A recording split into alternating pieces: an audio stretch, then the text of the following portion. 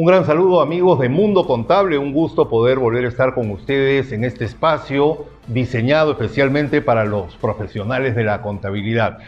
Y precisamente un destacado contador público colegiado en el Colegio de Contadores Públicos de Lima, el único, por cierto, es Jorge Velarde, a quien le damos la más cordial bienvenida. Un gusto volver a dialogar con usted. Muy agradecido, Álvaro, muy agradecido también a Mundo Contable y a nuestra directiva, y en especial a nuestro decano, Rafael Velázquez. Bueno, estoy a disposición. Sí, queríamos, para absolver algunas dudas, inquietudes que puedan tener sus colegas respecto a la necesaria estandarización del informe contable final. ¿Por qué antes habían distintos tipos y que probablemente han podido generar algunos problemas, sobre todo para empresas con precios de transferencia hacia otros países, ¿no es cierto? ¿El Perú ya se ha adecuado correctamente o todavía está tomando tiempo? En el caso peruano, si hablamos del nuevo informe del auditor que responde a exigencias de los usuarios, de mayor transparencia, de mayor información y a la vez con mayor calidad la información.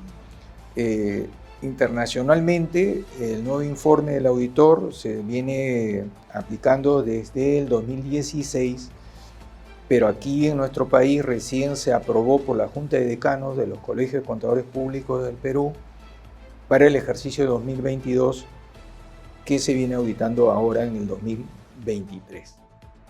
¿Cómo hacer, por ejemplo, en dos instituciones públicas este informe que pueden colisionar entre sí?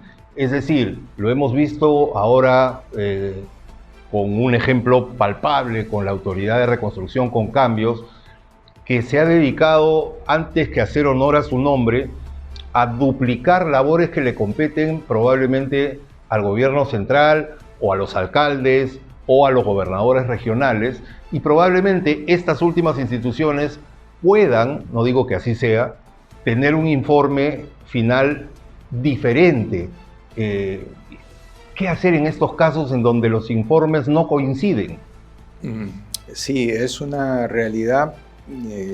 La respuesta no es sencilla, porque, por ejemplo, en un organismo como este de la reconstrucción con cambios, sobre la cual coincido que tal vez era innecesaria porque duplica funciones que le competen a otras instancias del gobierno, y por otro lado vemos que en ocasiones con los conocidos decretos de urgencia se da, como se dice, la patente de corso: haz las cosas como ustedes estimen que deben hacerlo y no se preocupen, porque como esto es una situación de emergencia, al final no van a rendir cuentas a nadie porque el decreto de urgencia los va a amparar, y pasado un tiempo viene el sinceramiento contable. ¿Y qué hace un contador frente a esto? Porque finalmente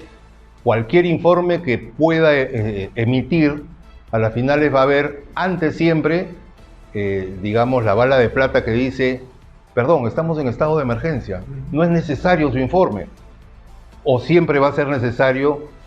No, siempre. ¿Cómo trabajar con un estado de emergencia Así encima? es. Siempre va a haber el informe, pero con esa limitación. Lo hemos visto en el caso de las famosas vacunas y todo lo que conllevó el tema de la pandemia, en adquisición de pruebas rápidas y otras más. Las mascarillas, Sí. 10 veces el precio de mercado, ¿no? Y ahí han estado involucrados muchísimo dinero del Estado, dinero del Tesoro Público, de todos nosotros los peruanos, y estaban amparados por un decreto de urgencia. Cuando los auditores externos independientes, que ganaron un concurso en Contraloría para auditar al Ministerio de Salud y a las diferentes dependencias que lo conforman, pedían la información, decían: no, es reservada porque tenemos este decreto de urgencia.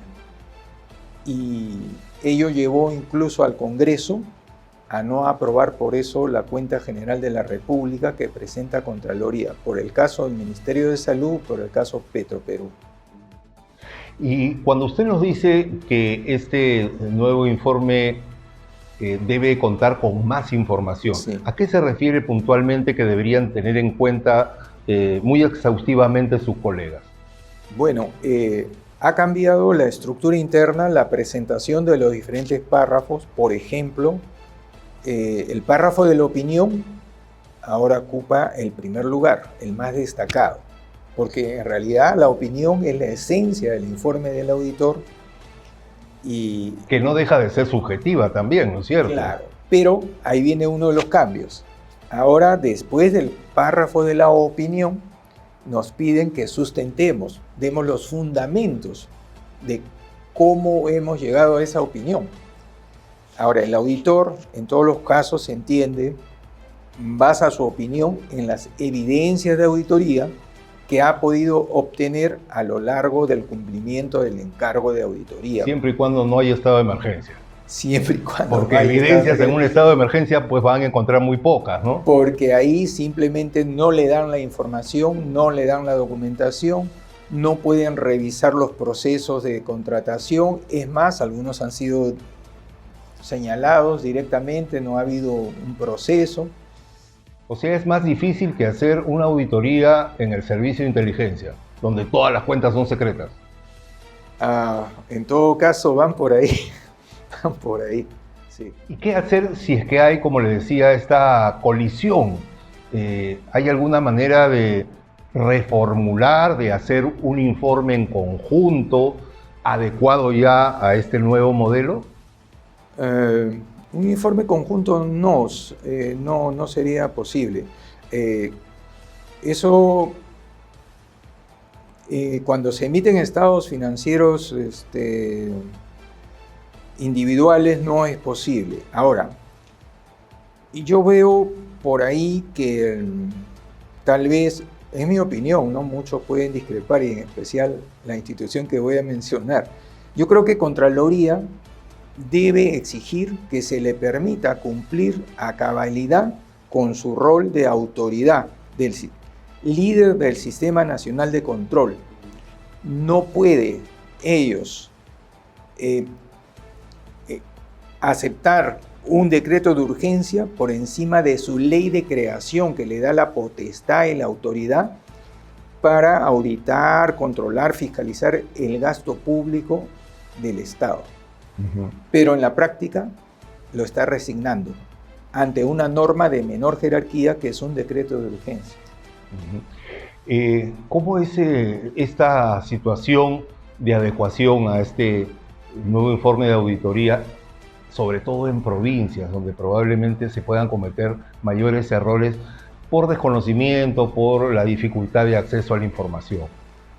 Bueno, las firmas auditoras están obligadas a tener programas permanentes de capacitación, de actualización, desde los socios, los gerentes, los supervisores, los senior o encargados de auditoría y todo el equipo de auditores, incluidos los asistentes, los principiantes. O sea, vamos más atrás todavía, desde las universidades. Esto deben ser cursos obligatorios. Sí. Informe de auditoría final, ¿no es cierto? Sí. 1, informe de auditoría final 2, como suele hacerse en las universidades. Sí. ¿No? Sí, en las mallas curriculares de las diferentes instituciones educativas a nivel universitario están las NIAs, así como están las NIF, las normas internacionales de información financiera para el tema directamente contable.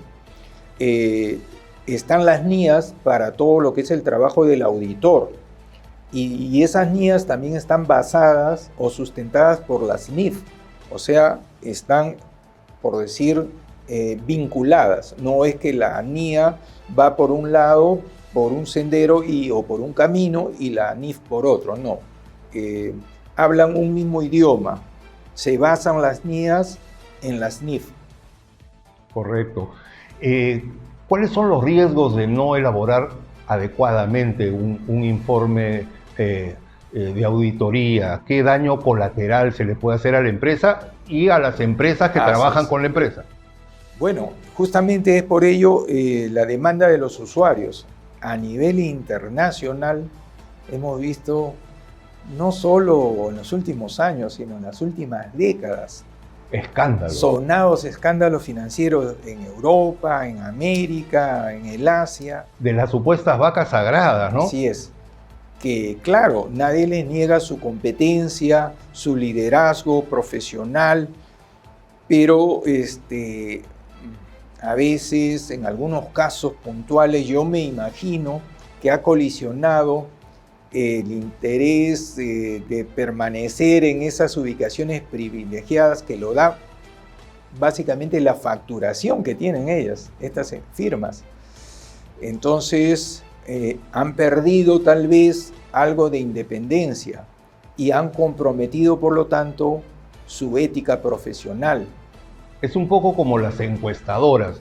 Están las vacas sagradas, 3 o 4 principales, que no le permiten además acceder a, digamos, el top de los primeros lugares al resto que se va formando, ¿no es cierto? Ellos siempre copan los medios de comunicación y es su mejor vitrina para venderse. ¿Es un poco lo que pasa a nivel de auditoría también? Sí, por ejemplo, si hablamos de una transnacional, una gran empresa que tiene su casa principal en Estados Unidos o en un país europeo, esta casa principal contrata a una de esas firmas auditoras top, sean las Big Four, las Big 8, Big 20. Los 4 haces. Ya. Y le dicen a las demás empresas, filiales, sucursales que tienen alrededor del mundo, ¿saben qué? Nuestros auditores para el ejercicio 2022 son los señores Rojo y Asociados. Entonces, a nivel internacional, todos los que conforman esa empresa transnacional tienen que ser auditados o por Rojo y Asociados directamente o por su representante, porque estas firmas tienen representantes en los diferentes países. Y ahora hay una novedad ahí. En los últimos años vengo observando que estas firmas, no las Big Four, las más grandes, pero sí las que le siguen, empiezan a dar representaciones ya no como se hacía tradicionalmente a una sola firma a nivel de un estado, de un país. Ahora incluso en la capital de nuestro país puede haber 3, 4, 5 representantes de una misma firma y ni qué decir a nivel nacional. Muy bien. Además, estábamos y nos debíamos del tema hablando de el daño que se le puede hacer y a sus asociados y a sus proveedores, ¿no es cierto? Así es. El daño, por ejemplo, hacia los inversionistas, que basados en una información en la cual ellos están confiando, porque viene refrendada una firma auditora, y el trabajo del auditor, se entiende, es profesional, es especializado, es cuidadoso, es diligente, es en cumplimiento de las mías, con una conducta ética, etc. Pero si la información proporcionada por el cliente, por la gerencia de la entidad auditada, que son los responsables de los estados financieros, tiene incorrecciones materiales, van a llevarlos en muchos casos tal vez a decisiones que van a perjudicar, digamos, porque van a tener un efecto negativo. Si la información sobre la cual estoy tomando decisiones como inversor no se ajusta a la realidad, entonces ahí va a dar lugar a un daño, a un perjuicio a mi inversión y en general también a las empresas, a los mismos accionistas, a las entidades de control o supervisión gubernamental que puedan existir. Eso quiere decir que no hay que dar por válida la información que se recibe de la alta directiva de una, no, hay que contrastarla siempre. Así es, el trabajo del auditor en todo momento está dirigido a satisfacerse de la razonabilidad de esa información. Por ello, todas sus pruebas, sus procedimientos, y además de ello, le pide una declaración expresa a la gerencia sobre que está incluyendo toda la información, no está ocultando nada. Que la información es fidedigna. Que es fidedigna y que las aseveraciones contables o los principios que han aplicado en el tratamiento de la información financiera también son los correctos, los debidos. Eso le faltó pedir a los 4 haces a manera de salvaguarda, de curarse en salud antes de.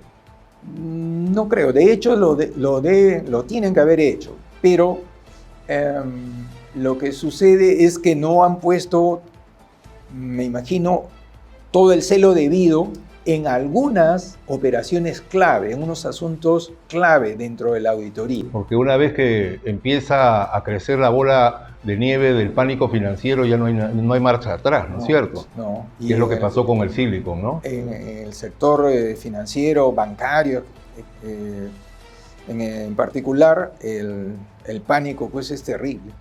Finalmente, el tiempo nos gana lamentablemente. ¿Qué recomendaciones finales haría usted a quienes por primera vez van a tener esta responsabilidad? Se acaban de especializar, por dar un ejemplo, como auditores, y van a tener esta primera gran responsabilidad de elaborar este informe de auditoría. Correcto. En primer lugar, si son, digamos, nuevos en el campo, el ejercicio de la auditoría independiente, está bien. Siempre tiene que irse renovando, digamos así, la oferta de auditores independientes, pero ellos deben conformar equipos con gente de experiencia, con gente de probada transparencia y honestidad profesional, y cumplir todo su trabajo y las diferentes etapas de la auditoría de acuerdo con las normas internacionales de auditoría.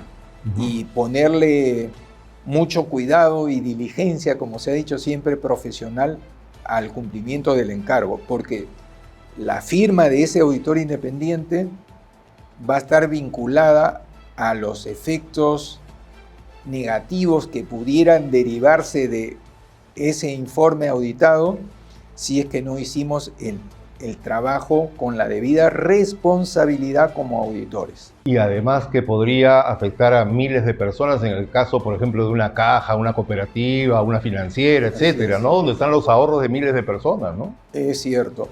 En asociaciones, también como hay en instituciones públicas, esas asociaciones de todos los que pertenecen a esa institución, también se ven ese tipo de cosas. Sí. Muy bien. Como de costumbre, ha sido un gusto poder dialogar con usted. Muchísimas gracias. Y espero contar con su presencia en otros temas relacionados a la contabilidad y obviamente a la auditoría, ¿no? Encantado. Muchísimas gracias. Ha estado con nosotros Jorge Velarde, tocando este destacado tema de mucha importancia para, como lo hemos mencionado, quienes están dedicados a la auditoría. Esta rama tan importante de control que debe existir en todas las cuentas públicas y privadas para una mejor salud financiera en el país. Con ustedes, amigos, nos vemos en Mundo Contable en una próxima edición, siempre por la multiplataforma de comunicaciones del Colegio de Contadores Públicos de Lima, el único. Hasta la próxima.